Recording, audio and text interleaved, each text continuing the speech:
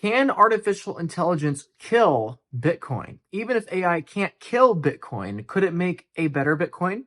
And if AI is what the proponents of AI say it is, and it's going to change our understanding of the world, how can we possibly know for sure that it's not going to kill Bitcoin or make a new kind of digital currency that will make Bitcoin irrelevant? How do we know these things? Well, in this video, we're going to talk about the metaphors and the explanations in simple beginner terms of why AI is not going to kill Bitcoin, but actually it's going to strengthen Bitcoin, enable Bitcoin, empower it in Bitcoin, and help force and catapult the Bitcoin price into hundreds of millions of dollars per Bitcoin.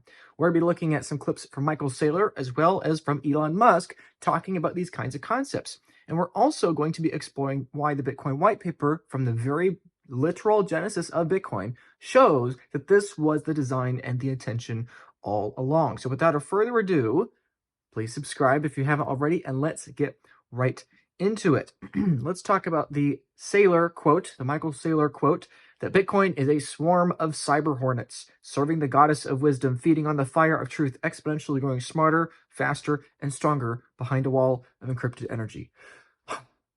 Right? Okay, this quote gets a lot of controversy, right? From all the people that are new to Bitcoin or don't understand Bitcoin or hate Bitcoin, right? This is a quote that makes it sound kind of like a cult. Bitcoin kind of sounds like a cult, huh? You all are crazy, right?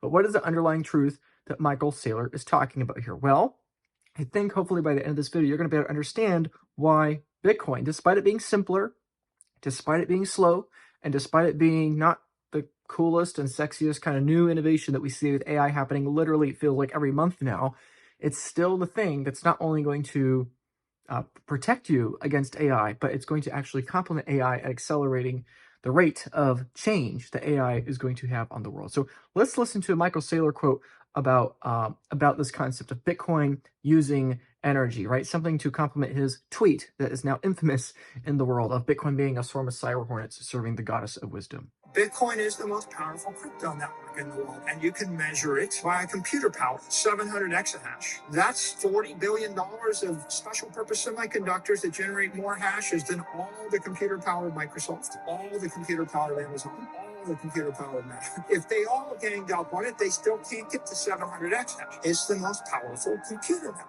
Then it has 18 gigawatts. 18 gigawatts of electric power. That's the most powerful, electrically powerful network. 18 gigawatts is more power than the U.S. Navy uses to run all the aircraft carriers and the destroyers and the battleships.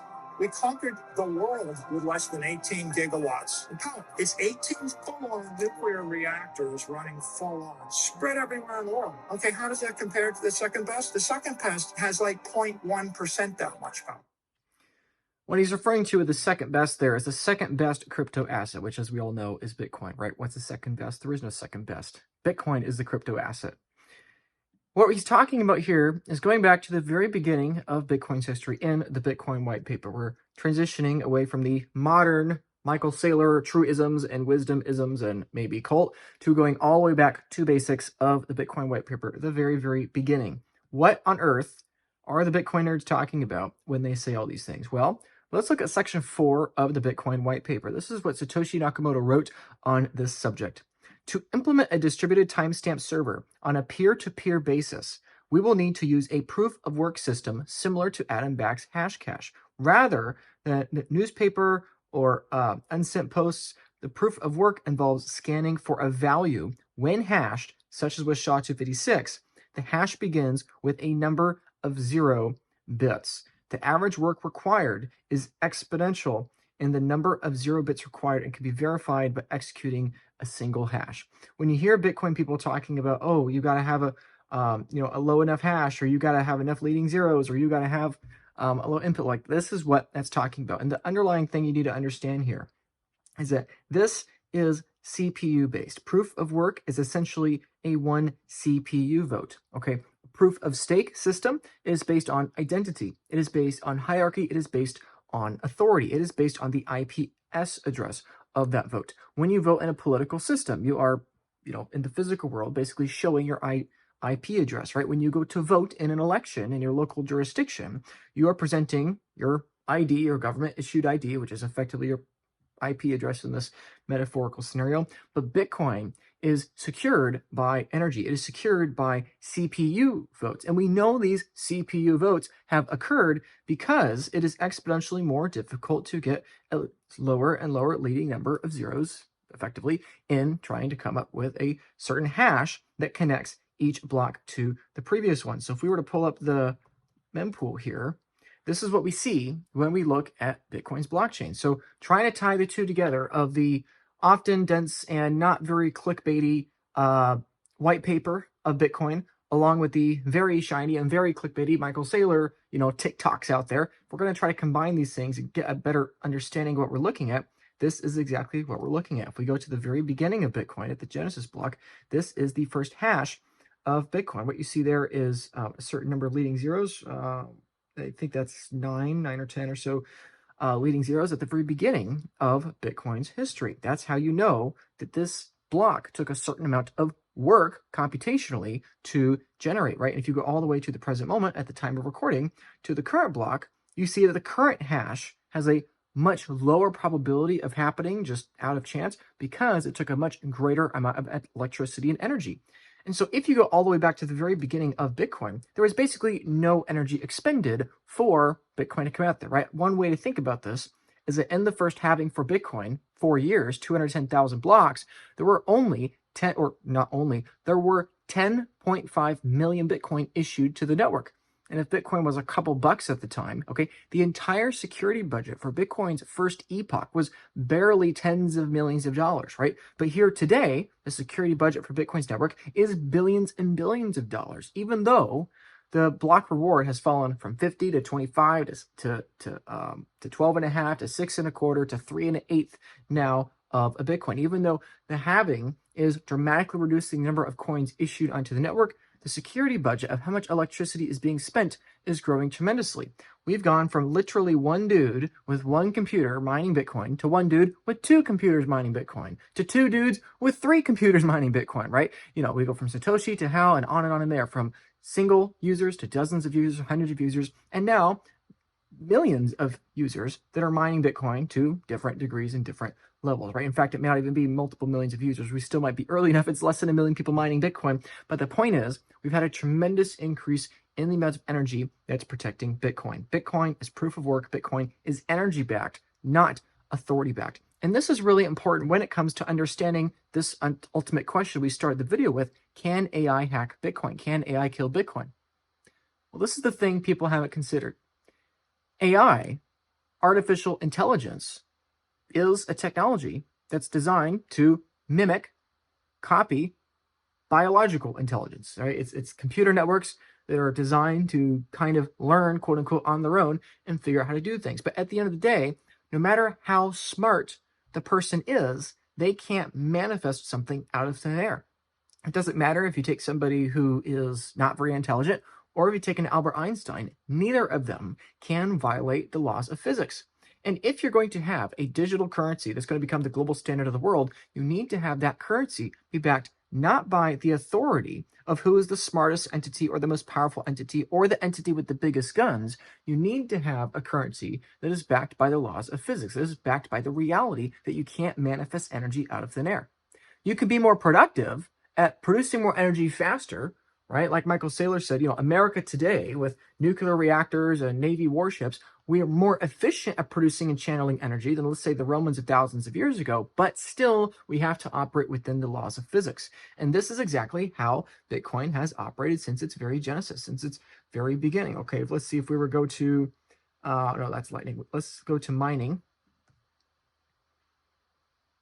This is Bitcoin's hash rate over its entire course of history. So yes, Bitcoin hash rate has exploded by factors of hundreds, then thousands, then hundreds of thousands, then millions, billions. In fact, I think that the Bitcoin hash rate's up by a factor of a few trillion since the very beginning of Bitcoin's network. And so AI is going to expand the amount of electrical capacity in the world, perhaps by orders of magnitude. However, Bitcoin has already endured numerous orders of magnitude. If Bitcoin has managed to grow by a factor of 1 trillion, let's say, in its energy expanse of quote unquote CPU votes being contributed to the network, Why are we going to sit here and think that the next mere only 10 or 100 or 1,000x in CPU power being plugged into Bitcoin is going to destroy it? Okay, we've had such a tremendous amount of orders of magnitude we've surpassed, going from 0 to 1, then now going from 1 to 100 doesn't seem like that big of a leap. I think it's totally possible the hash rate for Bitcoin could grow by a factor of 10 or 100 from here. Bitcoin uses about 0.5% of the world's energy, and about half of the world's energy goes to heat. If a mere 10% of the world's heat gets filtered through a Bitcoin miner at some point, as people are heating their homes or their industry or whatever, at the end of the day, Bitcoin hash rate could significantly expand as we get more efficient computers and as we're having a larger and larger share of the world using Bitcoin and using Bitcoin mining as a profitable alignment of incentives to help reduce the cost or the cost carry of their electrical grid. So let's also look at what Elon Musk had to say regarding this point, because, Elon, in the same way that Michael Saylor is viewed as kind of like this central figure of Bitcoin, Elon is viewed as this kind of central figure of AI, right? If you want to think of Elon as the AI orator, you can think of Michael Saylor as that too. So let's hear what Elon has to say in regard to this fact. Mathematically, we don't see any way, for example, for AI to subvert the fundamentals of mathematics and say, figure out how to hash Bitcoin easily. It's not as AI can't defy fundamental math. So I can improve the efficiency of Bitcoin hashing algorithms in silicon, but not fundamentally crack it. So I guess cryptographics. So as Elon said, with a few ums and stutters in there, the reality is that AI can make things more efficient, and it can accelerate the process, and it will probably continue to accelerate the rate at which there is competition for hashing of Bitcoin and the new issuance of Bitcoin. But the beauty of Bitcoin, the reason why Bitcoin works, is because of the difficulty adjustment. Even if AI hyper accelerates the rate at which we're creating new Bitcoins by making us more and more efficient at throwing more energy and more electricity into Bitcoin, and there we mine new blocks at a faster rate, the difficulty adjustment will continue to bring Bitcoin into check so that the blockchain, aka the time chain, is not accelerating too fast in the process. And so this is a concern a lot of people have, like, oh my goodness, Luke, what happens if all of a sudden the Bitcoin miners have this massive competition? AI discovers something. AI is accelerating so fast 10 years from now that we have all this mining energy. AI is just printing energy pretty much, and we have all this energy flowing into Bitcoin, and that like hyper accelerates the rate of issuance and Coinbase transactions of Bitcoin. Oh my gosh, this is a threat to Bitcoin. No, it's not really, because we've already had a 1 trillion X over the course of the last decade and a half, close to 2 decades now. Surely it's going to increase by orders of magnitude over the next couple decades, but it is not an underlying concern. So to better describe this and the incentives here, let's talk through a metaphor, a little story to better understand the incentives behind everything I've outlined so far. Let me pull it up here. If you're enjoying this video, please subscribe. It takes a lot of time to put all this stuff together and post it online for free. Believe me, the AdSense for these videos does not pay the bills or make it worthwhile. I do it because I care about people understanding this topic, and I care about people having confidence in understanding this topic, right? This is the conversation I have with my clients all the time. The most important thing is increasing your conviction in understanding this asset to help you buy more Bitcoin, right? I believe this is really important. And if you appreciate me doing all this, please do the bare minimum and click a free button to subscribe. We would really appreciate it. So let's get back to our story here. Let's imagine we have an attacker and a defender, right? Attacker being AI in this case, and Bitcoin being the defender. It doesn't matter if you think that 99% of AI is going to be used by good people. All it takes is one malicious entity with the proper AI to attack Bitcoin, right? Let's say this is the dynamic we're looking at. And we have Bitcoin being, let's say, a samurai warrior, somebody with a sword, somebody with technology of 4 or 5 or whatever 100 years ago. And let's say that the attacker is a modern military soldier, somebody with a rifle, with a sniper gun, with a bazooka, with a drone, whatever you want to call it, right? But if someone like you or me were to look at that, we would say this is not a fair fight. How can Bitcoin, this slow, old, outdated samurai warrior, possibly compete with this modern and well-equipped super soldier? And that's the reality of how most people are looking at Bitcoin. And this ultimately is the beauty of Bitcoin. Everything else is going to fail in this fight. Every industry, every job, every profession, all of these things are the samurais in competition to the modern soldier. But the difference with Bitcoin is that unlike every other profession, unlike every other technology, unlike everything else in the world today, Bitcoin stays elastic over time and it preserves its purchasing power over time. And to attack one part of the Bitcoin network is to attack the entire part of the Bitcoin network. AI can easily attack a certain industry or a certain job, but you're not attacking all the jobs of all the industries for all previous time. AI, the super soldier attacker, can compete with other less equipped soldiers in the present moment. But the beauty with Bitcoin is the time chain, and that the hashing of the time chain, the SHA-256 algorithm, links the current Bitcoin hash rate, the current energy behind Bitcoin, to all the energy of the past. So let's go through our two opponents here to try to get a better understanding of what I'm rambling about here. Let's look at the attacker. The attacker is complex, AI in this case. It is dynamic, and it is learning. It is being taught by humans, and eventually we're going to teach robots that teach robots how to do things. It is fast, and with a rate of acceleration as technology gets better and better. It is unpredictable. Right now, we cannot predict the world 50 years from today. 20 years from today, we won't be able to predict the world 20 years from then. And a few years after that, we won't be able to predict the world 5 years in the future. The rate of change is accelerating. It has been for thousands of years, and now it is getting at the point where we're reaching critical escape velocity, and the rate of change, that gray horizon that we can't quite see over, is now within one lifetime.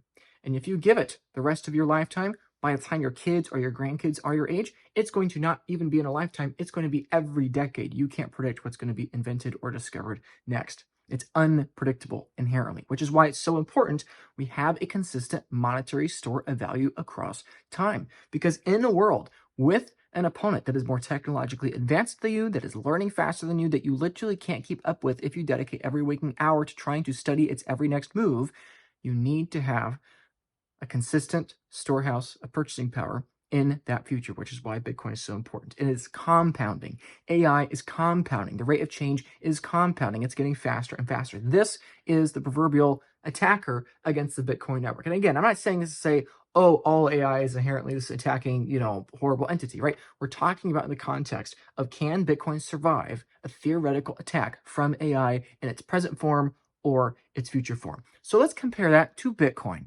Bitcoin is simple, it's binary, it's slow, but it's consistent, and it's linked across time. And that is the critical key. That is the advantage that Bitcoin has over AI, other supercomputers, and human beings for that matter. Any kind of intelligence, whether computational or biological or political or corporate or whatever else. And these actually are strengths, not weaknesses. In a world with more and more AI and more speed, people tend to think that the way you get rich is by just betting on the next trend, betting on the next thing, right? And that is the reality if you're on a political currency fiat standard. But when you understand Bitcoin, you understand, wait a second, this Bitcoin thing was released to the world in 2008, 2009 or so, and it has not only survived, it has actually surpassed everything else over the course of the last roughly 20 years. Like, this thing was made by a dude in some place somewhere in the world, we don't even really know, with 2005, 2006 technology. How is it possible? Like, everything else in the world has been disrupted over the last 2 decades. How is it that the slow and simple technology has survived the last fifth of a century? And this is why a lot of people that are promoting some crypto token altcoin scam coin tell you Bitcoin is old boomer dinosaur tech and it's going to zero. But the proof is in history itself. If those altcoin degenerate, gambling scam people had any truth in the words they were saying, Bitcoin should have died in 2011, okay? Technology from 2005, 2006, 2007, when Satoshi was working on Bitcoin, released in 2008, really went mainstream in 2009, 2010. That technology should have been outdated by 2015 if regular, normal logic followed. But the point is, Bitcoin is not to be viewed like other technologies, right? Every other technology out there is basically a samurai competing with this modern warrior of the rate of ever accelerating technological change. But Bitcoin is different because it is linked over time due to the blockchain. So these are our two competitors, the attacker AI in this scenario and the defender Bitcoin in this scenario. So Bitcoin's strength is its grounding to energy and energy expenditure over time. And these things are both required. Bitcoin both needs the energy and time component. It's not enough to have more energy because AI can just make more energy. You need that energy linked to previous energy in previous iterations of time, compared to your competitor AI, being that its strength, its advantage is technological acceleration. Bitcoin is not going to accelerate like AI. It's designed not to. And each of these two technologies, they are actually in reality not in competition with each other. They're actually not fighting each other. They are complementary to each other and helping grow each other at a faster and faster rate. And a feedback loop is going to accelerate into the future. For the sake of the story and for the sake of this video, we're pitting the two against each other. Not because I actually believe that's the case, but when you understand the game theory of why they won't be pitted against each other over the future, then you'll understand why they're actually symbiotic. So let's go through our story here. Bitcoin's defense is hash rate, and AI's offense, AI's attack is compute. AI can think smarter, it can think faster, it can compute way more information than Bitcoin's ever going to be able to. Bitcoin's entire network is only like 700 gigabytes, right? AI can compute, petahash, exahash, whatever hash, zettahash, whatever. And it's only going to get stronger from here. So let's say that Bitcoin, this samurai soldier, is minding his own business, right? Let's say in the very early days of Bitcoin, of this samurai league of warriors, there was one samurai warrior that is in his field or whatever on day one, on Monday or whatever. The next day, this samurai soldier goes out and he acquires a friend, another samurai warrior that's going to go with him into battle, if and when they're ever attacked. So now there's two of them.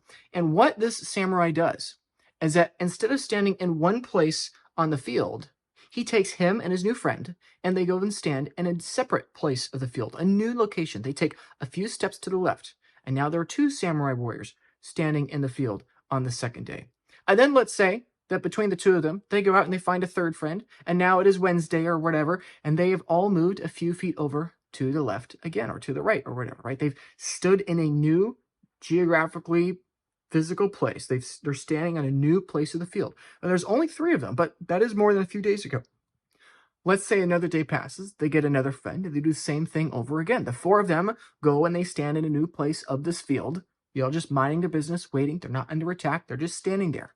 The next day, the same thing happens. They go out, they find a new friend, they go stand in a new place of the field that none of the five have stood in yet to date of this entire endeavor. The sixth day, they get a new friend, they stand in a new place of the field, and the seventh day, they get another guy that stands in yet another place of the field. Okay, now, the attacker comes and says, I'm going to attack these samurai. I'm the super soldier with the camo, with the night vision goggles, right? With the gun, with the silencer, with the grenades. I'm going to attack, right? And what they think they were attacking is the one samurai soldier on the seventh day standing in the bottom left corner of the field. That's what they think they're attacking. Oh, this is a piece of cake. I'm a super soldier with a gun, with a machine gun, right? This is a samurai warrior with outdated technology that to me might as well be ancient, right? But as soon as they attack, they're met with something that they don't understand. All the samurai soldiers appear out of thin air. Even though there are not 21 samurai soldiers in the field, there is only one right now. The moment you attack, all 21 iterations of the samurai soldier have appeared in the field. And so now all of a sudden, to fight against one aspect of the force, you have to fight against the entirety of the force. And this is exactly how Bitcoin works. If you want to attack one Bitcoin transaction, you have to attack all of the Bitcoin transactions. If you want to penetrate the Bitcoin blockchain back into time, you not only have to attack the most recent batch of Bitcoin transactions, you have to attack all the previous forms together. It's quite amazing, right? And so when you hear Michael Saylor or others talk about how Bitcoin uses as much energy as the Navy or whatever else, this is the reality that as Bitcoin grows over time, you have more and more hash rate. In the very beginning, on day one, you got one dude running one computer with CPU power, hashing Bitcoin. And over time, we have more and more people hashing Bitcoin. The amount of hashing going into Bitcoin, the amount of electricity that's spent in mining and securing Bitcoin is growing over time, and time is passing. Block by block, day by day, you have more and more, you have a greater volume of energy pouring into Bitcoin over a greater amount of time. And so exponentially, it becomes tremendously difficult for an attacker of the Bitcoin network to penetrate the entire Bitcoin network. You're not only penetrating the energy needed in the present moment, you're also penetrating all the energy that's been spent over time, because you have to produce and manufacture in a fraudulent manner all of the hashes of all the previous blocks. So let's say, for example, Michael Saylor is right, and that, whatever, 0.5% of the world's energy today is being spent on the cyber hornets securing Bitcoin over, right? Traditional logic, traditional reason says, well, as soon as AI gets 1% of the world's electricity under its control, it can just kill Bitcoin without a second thought, because 1% is double that of 0.5%. Why wouldn't AI just kill Bitcoin, issue AI token to the world? And now we're on a global AI token standard. But what that person's forgetting is that you're not only competing against the 0.5% of the electricity of the world spent today in securing Bitcoin, you're competing against the 0.5% this year, the 0.5% the previous year, the 0.4% the year before that, the 0.3% before that, right? You're not only competing against the present blocks, you're competing against all previous blocks in time, right? And so this becomes extremely cost prohibitive for the attacker to actually have a successful attack. So the attacker tries this, right? The attacker sees the one samurai, they point their gun at them, all the other samurais appear out of the past. They've manifested out of the past, right? They've attacked the Bitcoin blockchain. Now all these other blocks, 900,000 blocks from the past, have appeared. They're overwhelmed. They run away. And the attacker says to himself, if my odds are, let's say, 100 to 1, right? It's a moonshot of winning in this such attack. If I'm going to spend all this electricity to have a hope and a prayer of trying to take over the Bitcoin network, it's just a better asymmetric bet. It is a better cost-benefit analysis. It's more profitable, in other words, for me to just join them on a risk-adjusted basis. Why would I spend all this energy trying to attack not only the energy expenditure of the moment, but all the energy expenditure of the past? Not only competing against the CPU compute votes of today, but the CPU compute of all the past. Why would I do that for a possible success when instead I could just join the team? I could just join that network and instead have that wall of encrypted energy be wind in my sails instead of fighting against me. And so, to go through this scenario again, this is what this game theory actually looks like. You have the soldier competing with the samurai. Again, the samurai being Bitcoin, the soldier being, it can be AI, it could be a malicious group of human hackers. Really doesn't matter. The point is the game theory here. The attacker decides to attack Bitcoin. And Bitcoin says, no, actually, you need more energy. You need to hash more hashes. You need to get more leading zeros or more blocks all at once here to be able to consistently rewrite Bitcoin's previous history, to be able to take over the blockchain, either create a new one or destroy Bitcoin, right? Nope, you need more energy. Sorry. I know you just thought it was me when you're entering this field to attack me, the lone samurai, but now there's all these dozens of samurai behind me. Good luck. You need more energy. You are outmatched. And the attacker says to himself, I can't really kill you, or I've been kind of outmatched here, right? Of course, Bitcoin agrees, like, yeah, I know, we've been trying to tell you this for literally years. Bitcoin's going up forever, Laura. Not even AI can kill it. Freaking Elon Musk was here. Mr. AI is going to take over the world, dude, right? Even that guy is going to make $1 trillion from Tesla if he develops all these AI bots like he's supposed to do, right? Even Elon Musk was telling you, despite the things he has gotten wrong about Bitcoin, that AI can't kill Bitcoin. Yeah, I know, we've been trying to tell you.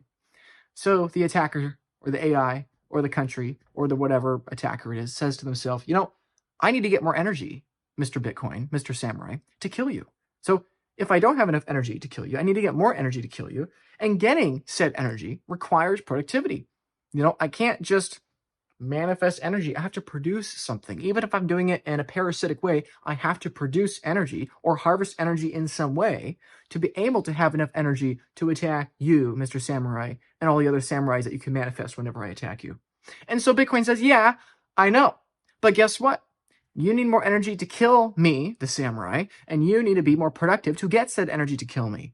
But you know what? I, Bitcoin, am the most energy efficient way to reward productivity in a digitally native battlefield. No matter your location, I can, in space, no matter where you're in the world, or no matter where you are in time, in the present, the future, or the past, I can help you preserve that productivity better than anyone else. And this is the catch-22. This is the fundamental problem that the attacker finds themselves in.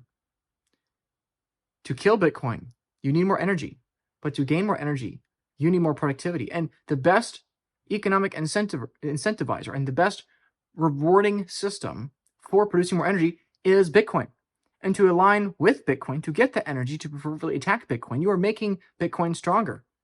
In your time, you're trying to protect yourself and grow yourself to attack Bitcoin. You're making it stronger, making it even more difficult to attack. This is the underlying problem. So the attacker says, okay, cool. Okay, Bitcoin, you can help me be more productive. I'm the AI bot. Okay, you can help me preserve my purchasing power over time as I try to gain enough purchasing power and energy to eventually use that against you to take you over. Sure, okay, cool. But why? Why would I spend more energy to fight you and lose and maybe win? All for what? So I can destroy my own purchasing power that I was saving up anyway to fight you and eventually lose, right? Even if I won, I'm just destroying myself. But even if I won and somehow I was benefiting, I'm spending all this energy to lose. Why wouldn't instead I just convert my proceeds, convert my excess energy, convert my excess capital, convert my excess electricity into new hashes, into more Bitcoin, and preserve and grow my productivity? I know I'm not going to attack you anymore. I'm going to join you. And Bitcoin says, cool, obviously we knew you were going to be here, right? This is the monetary singularity. We've been telling you, dude, right? Here, finally you're here, right? And they join. And so what does the attacker do? The attacker decides, I'm not going to attack anymore. I'm going to become an ally. I'm going to help you. I'm going to go out there and hash more samurai soldiers for you and add them to your collective so that every day you and all your samurai buddies can go from place to place to place in this field, so that every day you're geographically moving to a new place, so that whenever somebody does attack you, all of you can manifest because you're not bound to you're not bound to physical space, right? In the same way, Bitcoin's not bound to physical space. It's everywhere and nowhere at once. These magical samurai that can appear and teleport through time. It's the exact same thing, right? Bitcoin teleports time from the past. Bitcoin teleports energy from 2008, from Satoshi Nakamoto's first CPU computers to the present, if you decide to attack Bitcoin, right? All the energy from 2008 to the present that's been poured into Bitcoin gets pushed up in a wall of encrypted energy if you try to push backwards and rewrite transactions from the past to and reward yourself at the expense of the network. And so this is what the attacker, the modern soldier, decides to do. Despite their grenades, despite their rocket launchers, despite their machine guns, they are not matched to this giant field of samurai. And so they decide, hey, you know what? I'm going to go out there on my own individually and get more hashes and add them to the network here, right? And so in the story, what the attacker does, he attacks a different village and converts the spoils of war, let's say, aka slaves, more men, to become samurai and join this collective, right? To become new swordsmen, right? And now the attacker's efforts are rewarded in that network. It's like, hey, you got 40 samurai in your collective here. I've contributed 4 of those samurai. I've got 10% ownership in the network. Now the attacker not only has a parallel incentive with Bitcoin because it's realized that, hey, if I can't find you, I should join you. Now it's intertwined because the fruits of the attacker's labor, aka the 4 samurai that they've gone out and collected, have merged into the greater force of the samurai. Despite their simpler and slower technological ways, now the attacker is being rewarded and fully aligned with ownership and a share of the Bitcoin samurai network. And so now the attacker has fully transitioned from becoming an attacker into an ally. Now, of course, this metaphor is a little dramatic and graphic and, I guess, abrasive. In the real world, this is much more cooperative, right? We're not saying that, because effectively this is you and me, right? You and I effectively are this attacker becoming this ally, right? Everybody's against Bitcoin until they're for Bitcoin, right? And so I'm not saying obviously in the free market, this isn't so dramatic, with, going out to lesser villages and conquering people, right? Obviously in the real world, this is via productive means, right? Instead of the AI being destructive against Bitcoin, or instead of you and me becoming destructive against Bitcoin, people ally with Bitcoin and become constructive by providing value in the rest of the world, producing more value for the rest of the world, and then the access capital and energy from that value gets poured back into Bitcoin, right? In the real world, obviously, it's much more altruistic and beautiful than in this little story. But in the story, it's something that stays put here, right? Something that people remember. So let's go back to, now we've covered the game theory, let's go back to our little field of the 21 samurai. Day 7, they add that 21st samurai to their rows here, so now they have him. The attacker attacks, realizes, oh my goodness, I'm not fighting against 1 samurai, I'm fighting against 21. I can't possibly keep up with this. I'm going to become an ally. I'm going to join this. And so what they do is that this modern warrior goes out there productively and not by coercion. They go out there into the world, they produce new economic productivity, they access that productivity, they hash new samurai and add it to the giant force of samurai. So now he's added all this to the field, and every day they add more and more hash rate. They add more and more samurais. And then an attack comes. A new attacker comes. But guess what? The new attacker has an even more difficult time trying to thwart the Bitcoin Samurai network than the first attacker does, right? The first attacker had a machine gun. The second one has a bazooka, right? The second one has an even stronger weapon, but even they have a harder time competing with the former one. And this is exactly why AI is not going to kill Bitcoin. The first iterations of Bitcoin are going to be nothing. They're going to be minuscule. They're going to be technologically ancient relative to their future generations, right? Even in 5 years, let alone in 50 years. However, each new iteration of technology, its excess productivity is going and pouring into energy into Bitcoin. And so no matter how advanced each future progressive attacker becomes, each of those attackers eventually capitulates, becomes an ally. They pour that energy instead of attacking Bitcoin into defending Bitcoin, therefore protecting it for the next wave of technological adoption, right? Users and AI, right? Because again, this is all the same concept, whether it's a digital intelligence like AI or it's a biological intelligence like you or me, users and AI adopt Bitcoin because it is the best defense against malicious users and AI. The reason why Bitcoin is so important for you fellow humans to understand is because Bitcoin is the one technology not even AI can thwart or disrupt. AI is coming for your jobs, it's coming for your industries, it's coming for everything out there. And that's really controversial and hard for people to accept or understand. But the beauty here with Bitcoin is that Bitcoin is the one technology that by design is resistant to that kind of change, because every other technology is backed by an IP voting kind of system, right? If you're a teacher, AI is going to be a smarter and faster, more equipped teacher than you are going to be. If you are, in some other profession, the same thing is going to be true for you. And I'm not saying you're going to essentially be jobless, but I am saying that it's going to be increasingly economically competitive for you to keep up with that. But the beauty with Bitcoin is because Bitcoin is backed by energy, not backed by intelligence, AI, artificial intelligence, cannot compete with it. This is why it's so critical you understand that Bitcoin is not backed by complex mathematical algorithms. It is backed by slow, frankly stupid, and stable, slow, stupid, and stable energy expenditure. That's what backs Bitcoin. And anybody that tells you that computers are just solving fast, mathematical equations is fundamentally misunderstanding what makes Bitcoin secure. If what makes Bitcoin secure is something that only really, really smart people can understand, well then, as soon as you get a really, really smart computer, you hack Bitcoin, you destroy it. What makes Bitcoin unique, what makes Bitcoin special is that it's slow, stupid, and difficult to upgrade, right? That's the key here. That's not a weakness. So let's say that this ally, this modern soldier, right, whether it's a human being like you or me, or if it's an AI algorithm or AI bot or AI economy of the future, that is now aligned with Bitcoin. It's an ally of the Bitcoin Samurai Force, and it says, I'm really smart and productive. I'm a really smart and productive AI. I'm a really smart and productive country or whatever, right? But now you have a new, bigger, badder country, or a new, bigger, badder politician, or a new, bigger, badder whatever that's decided to come along. Your little tiny AI that's pretty smart, a lot smarter than you, but now it's been outshined by a super intelligence of the future that you can't even imagine competing with, right? And this is why Bitcoin is really important. Your best protection as a user of Bitcoin, whether you're a human or a computer, your best protection is the swarm of cyber samurai, the wall of encrypted energy that magically appear out of thin air, right? If you get an attacker in the present moment, not only do you have all the energy of the present day that's defending against you, but you have all the energy of the past. And the longer Bitcoin survives in the future, the deeper in time and the more energy on the exponential curve you have defending you. This is why when you understand that AI can't kill Bitcoin, the bullish case for Bitcoin actually skyrockets dramatically, because this is why Bitcoin is not only the money of human beings, it is going to be the money of every artificially intelligent economic agent or robot in the future.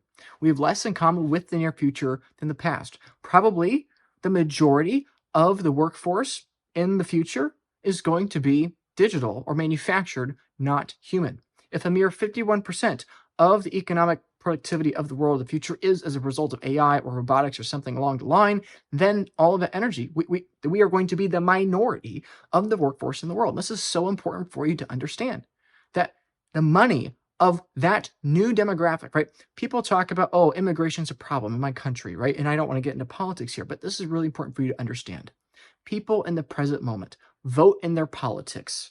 They vote in their proof of stake politics system because they're afraid, oh my gosh, the immigrants are going to take my jobs.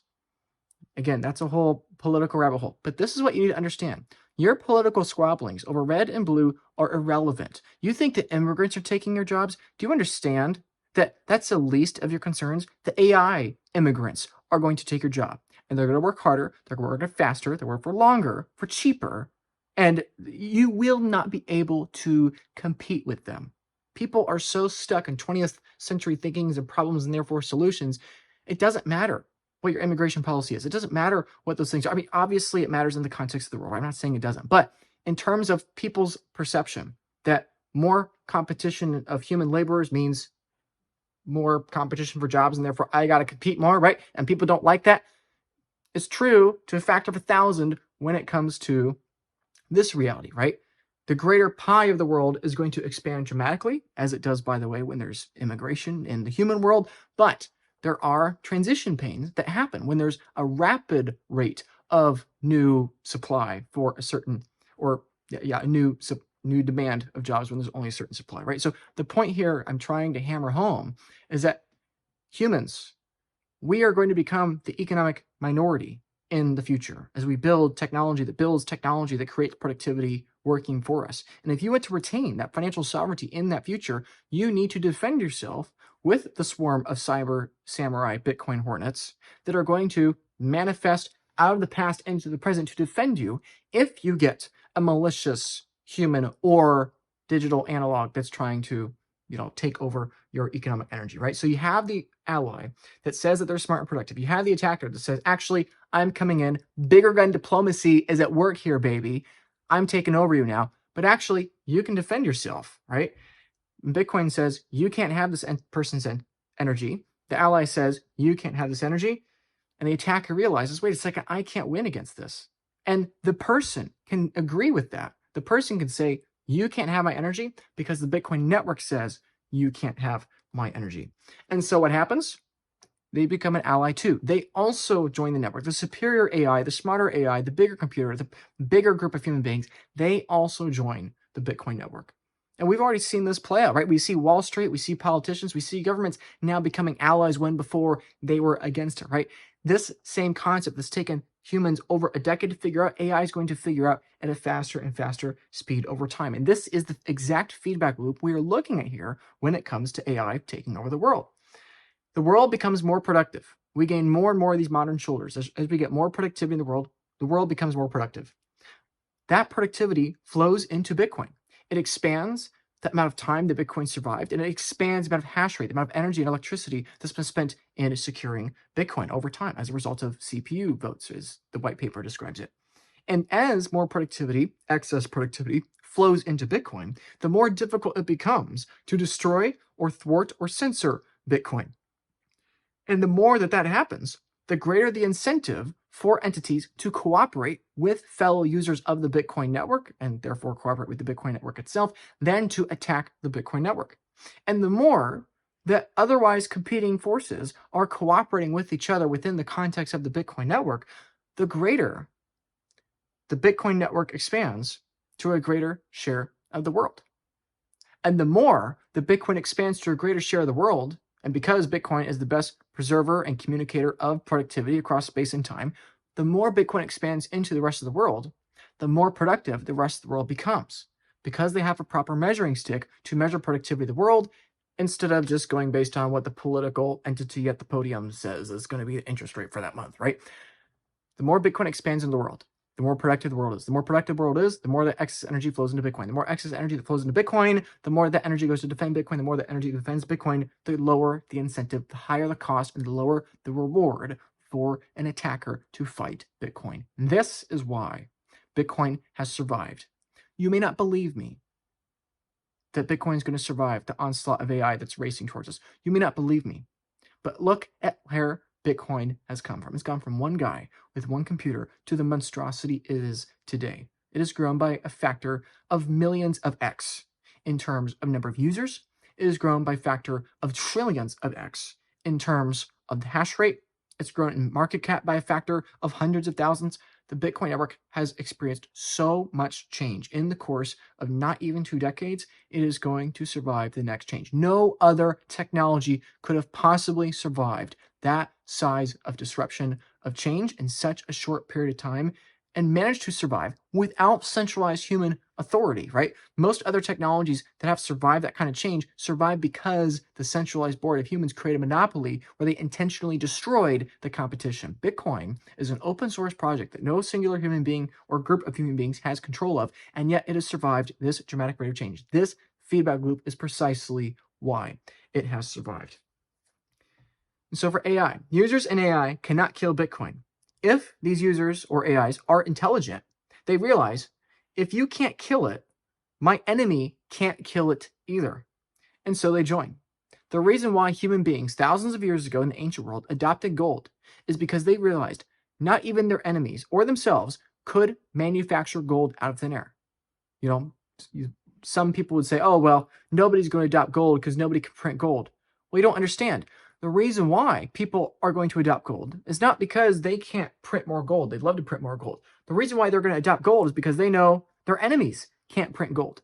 And so in the same way that it's obvious in hindsight that all the empires in the ancient world are going to adopt gold because everyone looks at each other and recognizes, yeah, nobody can print this stuff, it's going to be the same thing with Bitcoin. Or excuse me, it's going to be the same thing with AI and Bitcoin. AI can manufacture more houses. AI can produce more education. AI can produce more resources in the physical world. AI can produce more resources in the digital world by mass producing information and intelligence. It's literally called artificial intelligence, right? But the one thing AI can't make more of is a fixed number of a system that is secured by a wall of encrypted energy in the present and into the past. And every second best wall of encrypted energy is inferior to the longest chain and the biggest wall of energy. Merging with that network strengthens it over time. And this is why you need to own Bitcoin. Bitcoin is the modern version of gold. Bitcoin is the money of the future AI empires we cannot imagine yet. In the same way that gold was the monetary standard of ancient empires that already we feel totally out of touch of because they're so far into the past. And this is something I say a lot in my videos. We have less in common with the future in the past. You have more in common with those empires of 2, 3, or 4,000 years ago than you do with the world 400 years from now, let alone or 1,000 years from now, but even 100 years from now. The world 100 years from now is less recognizable to you than the world of 1,000 years ago. That's why you need to have Bitcoin, because Bitcoin is going to protect you against that technological change, leaving all kinds of negative side effects in your personal life or disruption in your personal life. Users, AI compute, the modern soldier, they produce the productivity. Bitcoin locks that productivity into a time chain that, irregardless of space and time, that energy is encrypted and secured and going to protect you into the future as time passes. These two things build on each other. They're not fighting each other. They build on each other. The productive entities need a place to park their energy where they're not going to be stolen from, even by entities equally as productive, if not more productive than they are. And likewise, Bitcoin, the samurai, needs a productivity to flow energy into it to grow and become more secure over time. This is not an either or, it is both, right? Bitcoin miners and AI data centers are going to merge into probably this super entity that we can't even describe yet. These things are complementary. AI needs massive amounts of energy that need to be turned on or off at once. Bitcoin fills in the gaps where Bitcoin hash rate can fluctuate with tremendous volatility without any risk to the Bitcoin network. AI data centers are incredibly centralized because they are a centralizing technology. Bitcoin is a decentralizing technology, and they're going to complement each other into the future. Users and AI need Bitcoin to help them protect themselves from malicious users or AI that wish to harm them.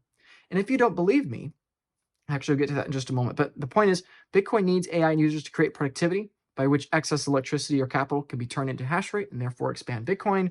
And Bitcoin preserves that defense across time. They're the samurai soldiers that can just appear and teleport through time into the present moment, wherever that particular attack in the future is, right? It's like, imagine having Napoleon be able to line his cannons and his soldiers up at different points of time, and they all can teleport, right? Not just, if Napoleon has 1,000 soldiers, Napoleon can take his 1,000 soldiers over the course of 1,000 days and create a force of 1,000,000 men competing against a modern artillery, right? And Napoleon can do that at an exponential rate. And the faster those modern militaries join that force, the greater and greater force of the past you have projecting onto the future, defending yourself in the present moment. It's really interesting. Bitcoin is pretty much the closest thing to time travel there is, in my opinion. That's probably another video for another time, right? But let's compare these two incentive structures of the two systems here. This is a political power standard. This is the world if the world's money was based on IP. This is on IP address, right? This is the world on a political currency standard. Bigger gun diplomacy is the way of life in this standard. You are a modern soldier with a modern gun, only stuck in the present moment. Some other soldier, also in the modern moment, with a bigger gun, is going to take you over as soon as they decide that they're not your buddy anymore, right? This is the political currency standard. Energy flows to the top. The biggest gun in the network uses that gun to force the smaller guns, the smaller entities with less power, to do their bidding, to flow energy back to themselves to keep the machine going. The political currency here in America, we print those dollars, export them into the rest of the world to harvest labor, to harvest resources, and to harvest energy from the developing world, import that energy into America at an energy arbitrage in our favor at their expense, to defend the military-industrial complex, to defend the political currency that we're printing to fund this system. It's not only the system that the political currency of the US dollar survives on, it's the incentive structure for energy itself in an authority-based kind of structure. This is the political power standard. This is awful for the prospect of humanity, because what you have on that bottom tier are all the people, and in the mid tiers you have the billionaires and the tech oligarchs, and at the top of the pyramid you have the ultimate AI. Basically, you have an AI god, so to speak, that can wage war or give or take away or smite people or do whatever to enrich itself. It uses its centralized power to censor and destroy and crush those less powerful in it for the sake of expanding its own power, and it continues to do that until either there's no more power left to extract or until there's complete bottom-up revolution and the whole thing collapses. This is the cycle of history. But on an electrical power standard, you have a decentralized network of these different modern militaries and AIs and individuals or whatever, and at the bottom of your graphic here, you have the samurai that, sure, might seem small, and might seem humble, it might seem slow, it might seem stupid, right? However, because unlike in the physical world, it's not bound by time, but actually its time is chained together in a blockchain that has an energy expender in its defense, time can pass, and the more time that passes, the cheaper Bitcoin gets. The better the odds that that samurai army is going to defend you against a malicious attacker. So time passes over time. Tick-tock, next block, next samurai. He moves from place to place in the field. And when there is an attack, when there's a big gun that says, hey, I'm going to try to take over you all, and, it's my way or the highway, right? You have all this energy that manifests out of the past into the present to say, no, these users, you're not going to take their energy, go somewhere else. And either they fail in their attack or they join the network and therefore make it even more difficult for the next attack. And then it continues, right? And if you don't believe all this, just ask AI yourself. Okay, this is something I asked Elon Musk's AI, Grok. This is something I asked Elon Musk's AI, right? So, take this with whatever size grain of salt you want, but this is what AI told you, okay?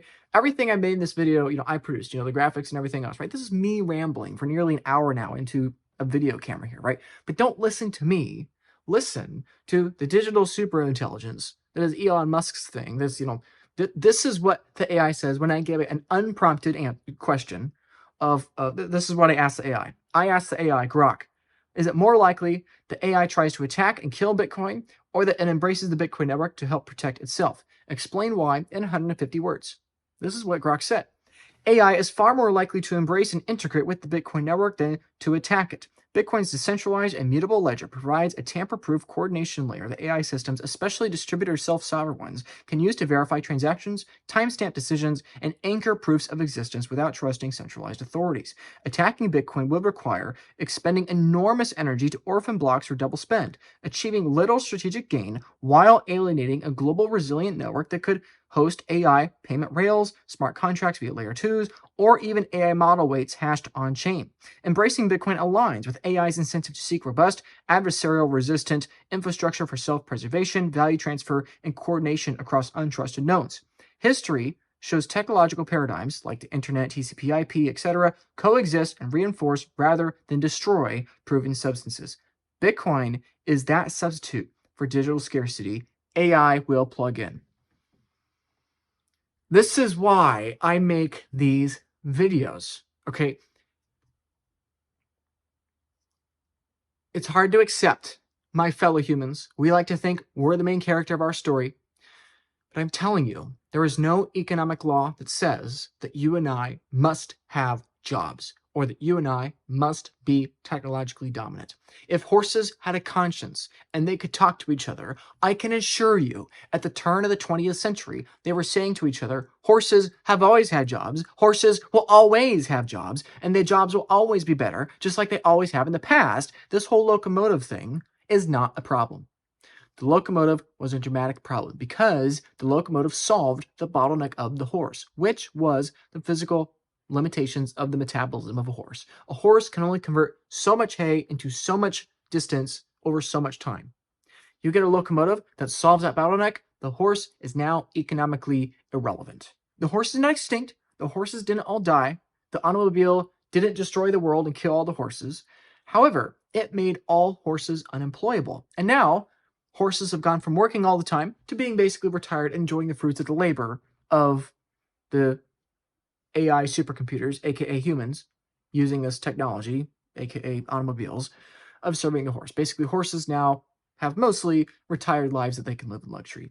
My fellow humans, this is why Bitcoin is so important for you to understand. This is why you should be sharing this video with those that are new to Bitcoin, even those that are friends of yours within Bitcoin. You need to understand Bitcoin at this level. This is the importance of why you need to understand Bitcoin's future adoption. Okay, you have less in common with the near future than the past. My friends, for thousands of years, human beings have been the dominant economic forces in the world. That time is ending.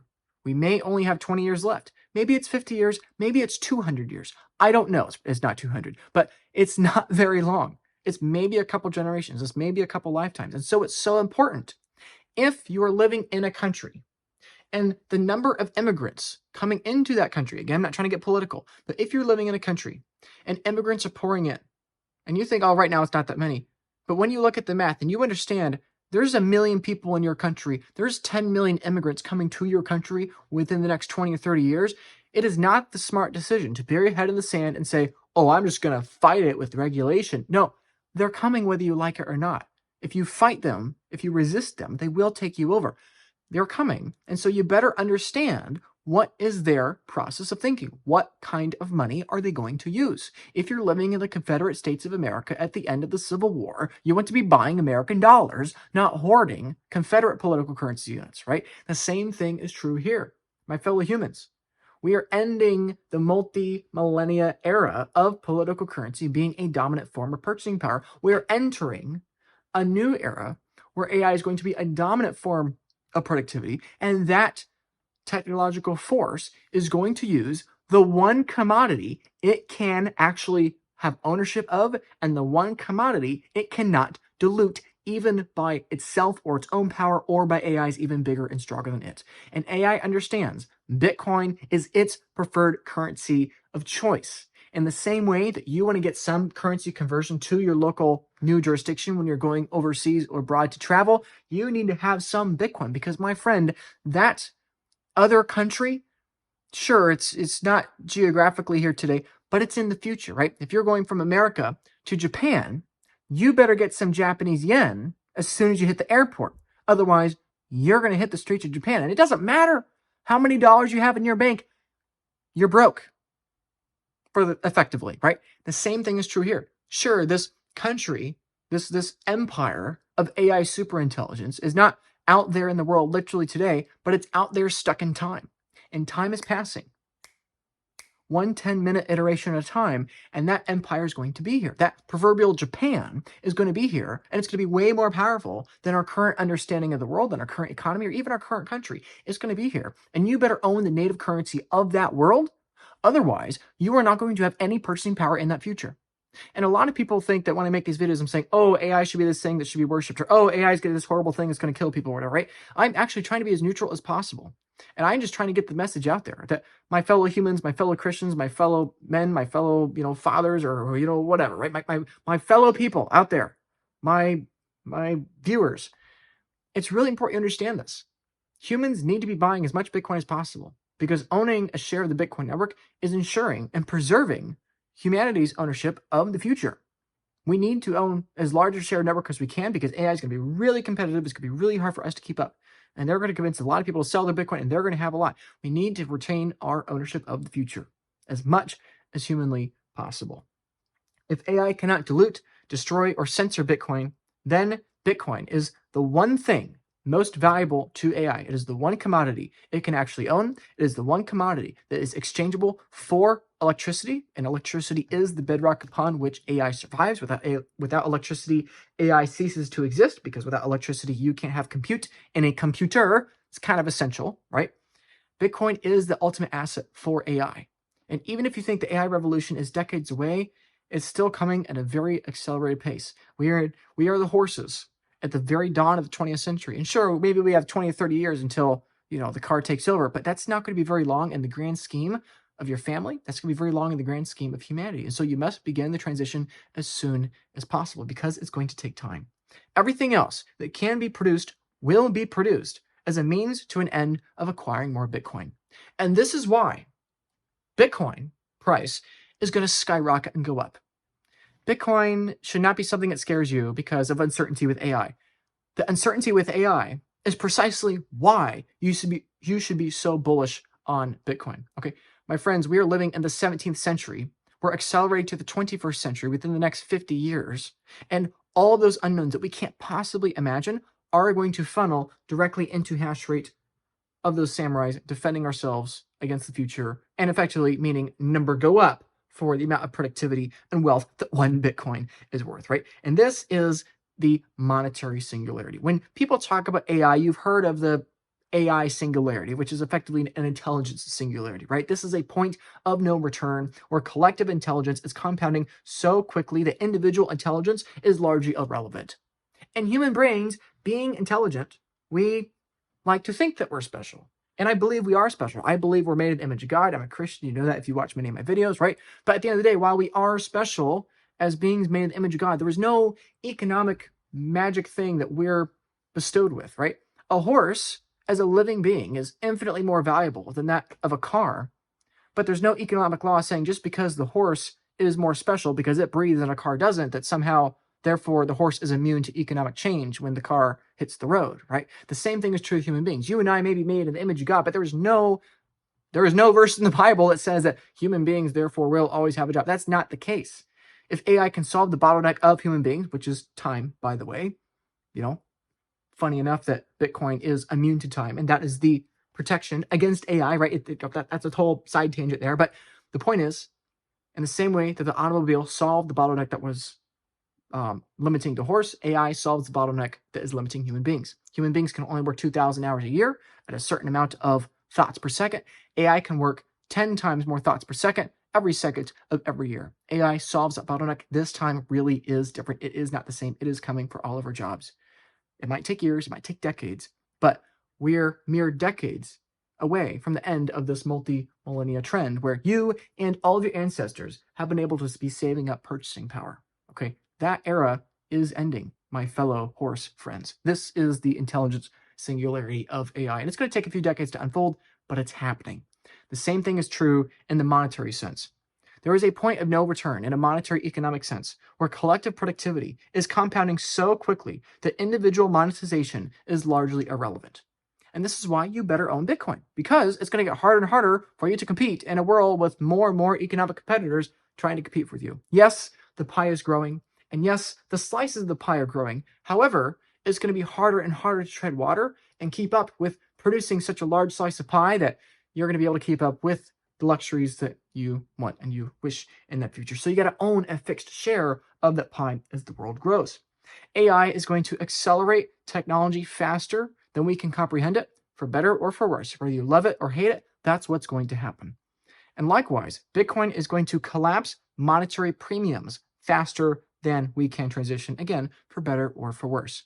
There are going to be good things as AI transforms the world, probably, hopefully. There are going to be bad things. And the same thing's going to be true as Bitcoin demonetizes the world. Your bonds, your stocks, your gold, your real estate, your fine art, your cars, your collectibles, all those things and everything else is trending towards zero in terms of Bitcoin. Bitcoin is demonetizing the entire world. And that's why you better be buying Bitcoin. It's why Bitcoin is going to prices far higher than you and I can possibly perceive or understand. And you must get off zero and acquire Bitcoin. This is a war for the future. This is your chance to get on the side of the samurai. Don't ignore it just because they're slower than you, just because they're slower than what you would like, just because it seems like old boomer coin. That's not a fault. That's a feature. Bitcoin's slowness and Bitcoin's immutability across time is your defense. Bitcoin is a swarm of cyber hornets serving the goddess of truth. And to attack Bitcoin in the present moment is to have all of the energy of all the past that's compounding over the course of generations defend you. So adopt Bitcoin, because it's going to defend you against all the attackers. And so to wrap up this video, we started this video with a simple question. Can AI kill Bitcoin? No. But Bitcoin can help protect you against AI killing you. If you enjoyed this video and the fact that I made this all in a single rant with no editing and none of that stuff, please like and subscribe. I don't know, if this doesn't deserve your subscription, then I don't know what does. Goodbye.